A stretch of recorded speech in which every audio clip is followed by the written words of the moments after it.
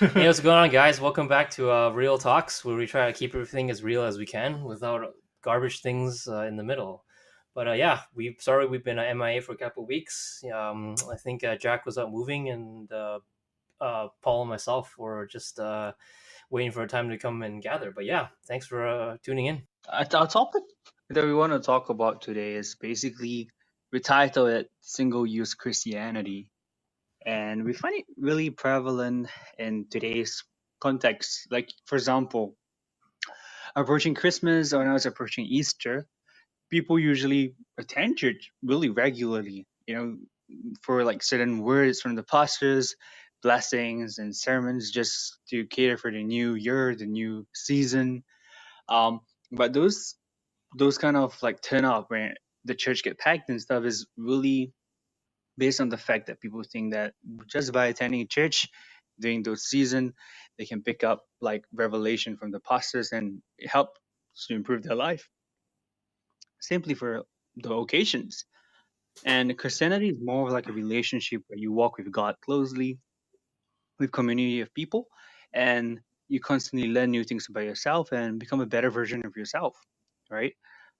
So in this podcast, we'll talk deeper about things, and yeah, maybe we can have Paul and Ben to start the ball rolling about this topic. Yeah, so the idea or the topic of single use Christianity is it's a pretty broad idea.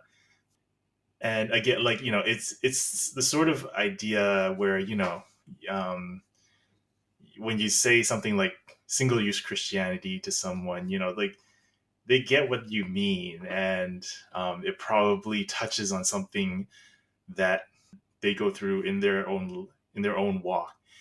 But it's kind of hard to identify, I guess, specifically what exactly they're thinking of, or what exactly might be convicting them. The idea of single use is very prevalent in just general life, right? Like, when you go to the grocery store and you use a plastic bag, when you're buying groceries, that's a single use product, right? You just you use it to carry your groceries home, and then once you throw it away, you don't think about it anymore, right? Like, it's Mhm. yeah, in a sense, it's very wasteful, and it's sort of um, it's a very good picture of the short-sightedness of the modern lifestyle, right? And the idea of single-use Christianity, it sort of captures that idea in our spiritual walk, like the idea of us sort of treating, yeah, like, the gifts from God that way as well, right? Like, um, like we might use the strength of God to help us overcome some kind of addiction, or a frailty in our own life. And then, once we do that, we don't really think about anything else, right? Like, we're just happy that that's been dealt with. And then, when God sort of starts demanding more from our lives, like, we we shy away, right, Mhm. from what from what God is, from a direction that God is trying to lead us, right? Like, um, there's a certain short-sightedness that we have when we come to God with things, um, and our natural mentality is just to focus on these immediate needs, and then it's a surprise to us when God suddenly wants to push things even further. And so that's sort of a dump of the idea that I've sort of had in my mind there. Yeah, no, totally. I at first I had a different analogy, but after hearing what Paul was talking about, I kind of the way I'm picturing it is basically like an adrenaline shot. You get the one dosage, and you think it's gonna last you a while, but the truth reality is that we can't really treat our Christian walk that way because it's not how it works. I think the false dichotomy out there is thinking that Christianity is just, it's very spiritual. I only need it when I want it, and I can, once I have it, and just, it'll get me through whatever it is I'm going through, then great, I can just, have it one use. But I think people have to be, even ourselves as being, Christians, we need to be reminded that it ultimately is a relationship, and as any other relationship is, in a sort of as a physical sense, you're gonna have to, you get good times and you get bad times, right? And so you can't just, if something goes wrong with your spouse, you can't say, oh yeah, see you later, I'm gonna find myself a new one. Like, yeah, that's not gonna work. And so, praise God for the confines of marriage, because then we would be having a whole other statistical nightmare with like divorces, which, by the way, is rising too. But yeah, I think, sort of, again, just trying to really digest what Paul was talking about is, the danger of, the one use in Christianity. And I think, even, let's just say, removing, the Christian aspect out of it, for those, as you were mentioning about, Jack, about, people just going to a service for Christmas or for Easter just for the one time, to say that they've done the due diligence and then never step foot in a church for the next, 364 days, right? And so, I think, there needs to be a deeper understanding, and really a real, sense of urgency to say, hey, if I am to take my walk seriously with God, how does that look like?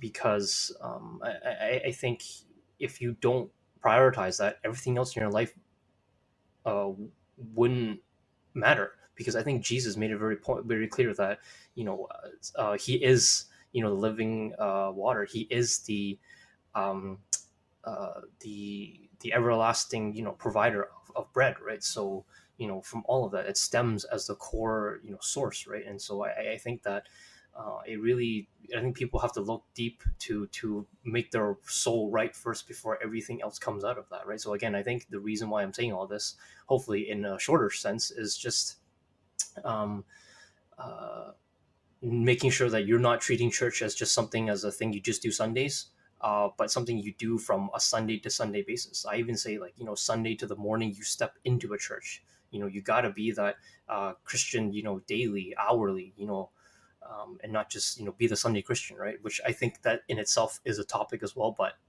just to stay off on a tangent, we're going to try and stay this course about, the one use, Christianity. But yeah, do you have anything, other thoughts, Jack? Yeah, actually, okay.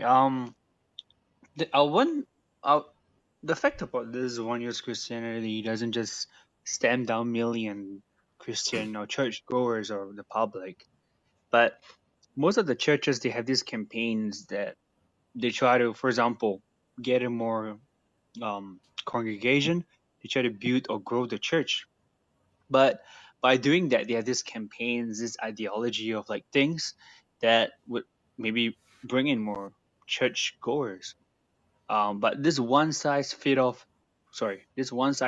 approach doesn't work. It doesn't always work to, you know, build more church goers or stuff. In fact, what it actually does is that it actually, I wouldn't say discount, but actually, okay, the word is actually discount. They actually discount every individual people who come to the church. Someone to learn more about God, someone to build the Christian walk. But they just kind of smacked everyone with one size fit all approach. And by doing that, people sometimes walk away from a church thinking, oh, I came to a church wanting to improve myself, to learn more about God, to this and that. But instead, they just smack me with this, and not just that, but everyone with the same approach. But what I do realize is that, on the other hand, there are some like very, very minority churches that actually have the right approach, which in results doesn't encourage the single-use Christianity. For example, these churches, they focus really on the Word of God and actually the Bible when they talk about things. And actually, a very dear pastor of ours that we all know actually set the record really high, because he talked about Christianity, where it first came from, the history, the language, the Greek, the Romans, the Augustine Angustan Empire, everything, and like it developed a lot of interest and draws a lot of depth and history to Christianity, and just the language itself and everything. So it created that desire to learn more about the Bible, to discuss more during fellowship, to just seek out the knowledge, and it becomes very real and it becomes very knowledgeable.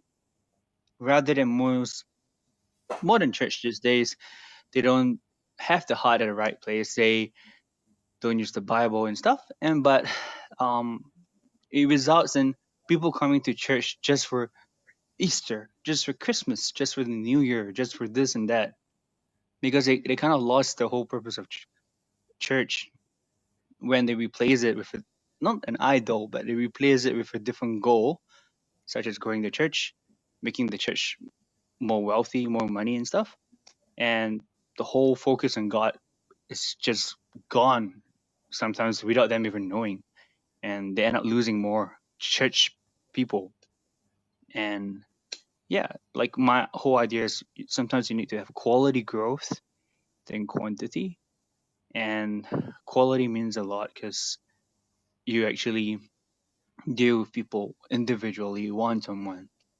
And yeah, so that's my take on the single use Christianity, and maybe Ben and Paul can talk more, or Yeah, you guys no, say the for same thing. sure. Every point that you've made really just, it does kind of bring me to thought about, how the modern church nowadays is going to a direction that it's actually kind of scary because we come to a sort of a fork in the road where uh, churches are now trying to appeal to what the congregation feels. Suddenly, it's become an emotional thing. No longer are you. I mean, okay, maybe I should really be careful how I phrase this, but the Bible is being used, but sometimes I dare to say even out of the context, just to hit home a feeling to please, either the congregation as a whole or a very niche audience.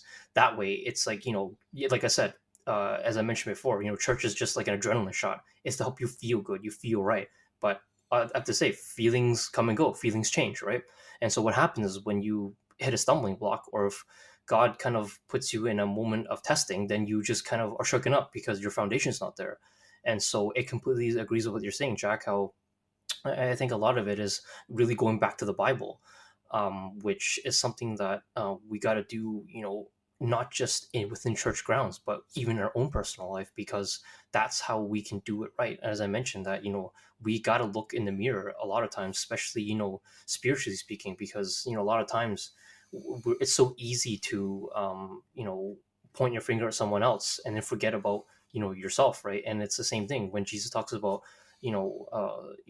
removing the why don't you remove the speck in your own eye before you worry about your brother or your sister's speck in their eye, right? So it talks about the whole hypocrisy thing. Now, I mean, of course, I'm not saying people are hypocrites. It's just addressing the matter of the I guess how the church culture is changing, right? Because yeah, we're going to the point where charisma, energy, people are feeling great when they come out of a church, but then yeah, like I said, when stuff gets tough, then when real testing comes, when God makes it real, pun intended, what do you do then, right? And so then I guess that's ultimately where your faith is put to see where your walk with God is, right?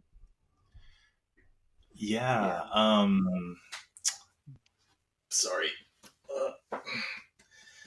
Ooh, that bubble tea is pretty getting to me now. No branding. Yes.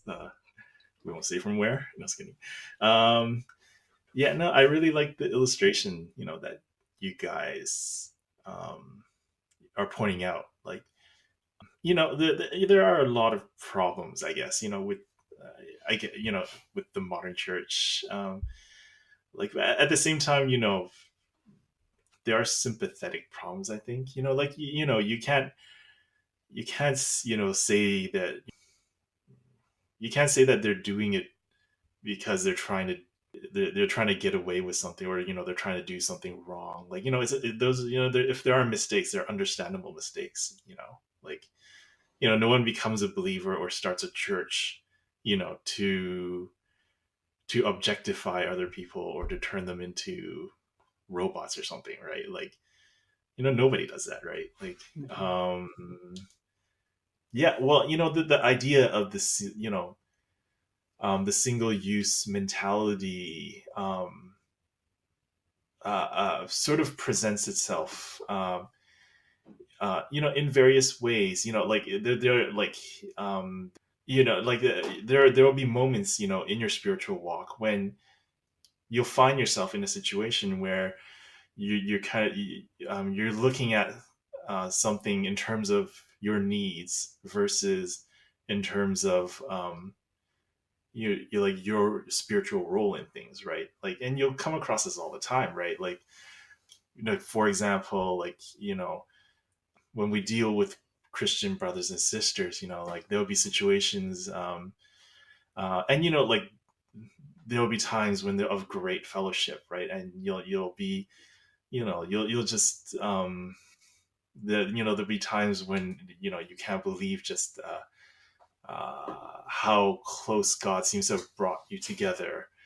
But then there'll be times where things get challenged, and then, you start wondering, whether they were ever truly even a friend, or, whether there was ever any real substance between your friendships, right? Like, and it's in the moment like that the single use mentality of the modern world becomes a testing point, right? Like, Yeah. are you just going to look at this, the place that this relationship has gone to, where things are not, the relationship is not as strong, or the feels are gone, and then you say, oh, it's time to throw it away? Or are you going to look at it and say, what, this isn't the way it's supposed to be, right? What's wrong? What, like, the Spirit of God, it's probably the moment when the Spirit of God will say, this is a redemption point, right? Like, are you going to try to understand what's, how God can transform the situation, right? And that's sort of a very clear point when, when you're going to be presented with that challenge, right? And like, going down that single use path, it's a rabbit hole, right? Like, and we all know this, right? Like, and it's an understandable mistake that the church will make, right? Because we want to serve people's needs, right? And the emotional needs are the most, present need there is, right? And but there is that emotional need versus being grounded in what is, the substance of the Word of God, right? Like, and like, if we focus on needs, it'll be sort of like how, single use will just get worse and worse. Like, for example, like, how you have instant coffee, like the K-cup situation, right? Just producing a ton of waste. I mean, sure, it's convenient, it's nice to have, but we're selling out, the environmental future of the world, right? Like, with things like that. Like, so, yeah, like, it's a very, like, Ben was saying earlier, it's scary. It's scary to see things becoming very visible like that. But I think in some respect, to just to give a little hope, because I feel like we're going down this dark rabbit hole. Sorry, viewers out there, if you're looking for words of encouragement, we clearly aren't doing that job. But yeah, going back to this whole single use thing, I think it really ultimately also comes down to, it's a two-way matter, because I'm thinking just on a limb, on a whimsical, that what it could be either a antidote of that is really understanding that we as society, we as humans, we are built for relationships. I think naturally we are built to fellowship with people, Christians, non-Christians alike, or even just interact with people. We're created to do that, right? Because in a weird way, I think maybe that's exactly how Adam and Eve were made, not just to take care of things on earth, but to create that sense of fellowship, right? But obviously, of course, the Holy Trinity, God, Jesus, and the Holy Spirit pre-existed already. So in a way, that fellowship already existed, right? But what I'm trying to allude here is that to bring a sense of maybe a little, like a bit of light, is the idea about if we are conscious about about the single Christian use mentality, I think the other party also needs to see that, hey, if that's a problem too, maybe we got to communicate and say, what can we do to fix this? What can we do to continue this and build a relationship, a friendship, rather than just calling a bro or calling a sister up, say, yo, I need this. Can you get this done for me? Okay, great. Then I'll see you later, or I'll see you never, and then we'll talk when next time I need you. Right? It's the same thing. I think going back to what you're talking about, how the church kind of maybe does like a blanket thing, but I think in some sense this is exactly where the power of fellowship and again relationship building is, because say the pastor sends a message, it might not be applicable to everybody, but if for those who isn't, maybe that's where the fellowships and the community groups can come in and say, hey, let's talk about the matter, let's address the heart of this issue, and maybe we can fix something, right? So I think in that light, I highly encourage people out there to start fellowship and go. Don't be afraid to converse, to socialize with, especially people within church grounds. Let your guard down a little bit, because ultimately that's how it is. Drop your pride, drop whatever kind of assumptions that you may have, but just go in there black mind, keeping in mind that, hey, I'm here to be an active member of the church, and I want to be part of a body, right? Jesus said very clearly that one body, many parts, right? And so I'm a huge proponent of everything come together, right? I mean, let's think about the human body part too. So many different things, but you're functioning, you're breathing, right? Same analogy. So I think with that we kind of like covered the topic, and this whole podcast is just more about provoking your thoughts, provoking your the dialogue, and trying to encourage discussion from anyone and everyone basically. So if you have anything that you want to share or questions you want to discuss for maybe this podcast or the upcoming podcast, you can just kindly drop a comment, a constructive comment in the YouTube channel down below. And if you like what you've been hearing, kindly like the video, share with your friends, or even subscribe to the video, because it will help us to know that you guys are listening to it and you find it encouraging, or you find it interesting, or you find that, hey, now you have more food for thought, or you even get more confused now. I don't know, but this whole podcast is Or if we just basically just there. theologically suck. Yeah, you might like, oh wow, this whole topic just brought up whole can of worms, so it made you more confused, or it made you more enlightened, or I don't know, but yeah, just feel free to share your friends, talk more about it, and keep in touch, or even reach out to us. So I'll let Ben and Paul end with the close of the podcast.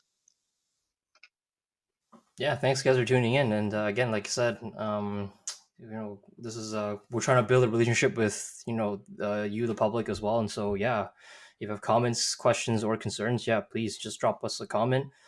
Maybe if this thing continues to go even beyond the scope of what we're trying to do, if God thinks that this is a place of a ministry that we can develop, then yeah, we definitely we'll set up emails and all that stuff, and yeah, we'll get this relationship started. All right, guys, with that, we'll close with the podcast, and we hope you have a great week ahead and stay frosty, enjoy whichever weather seasons you guys are at. And right now it's coming winter here. So, yeah, we'll catch you in the next one, guys. Goodbye. Bye. Hey, Frosty, see you. Bye.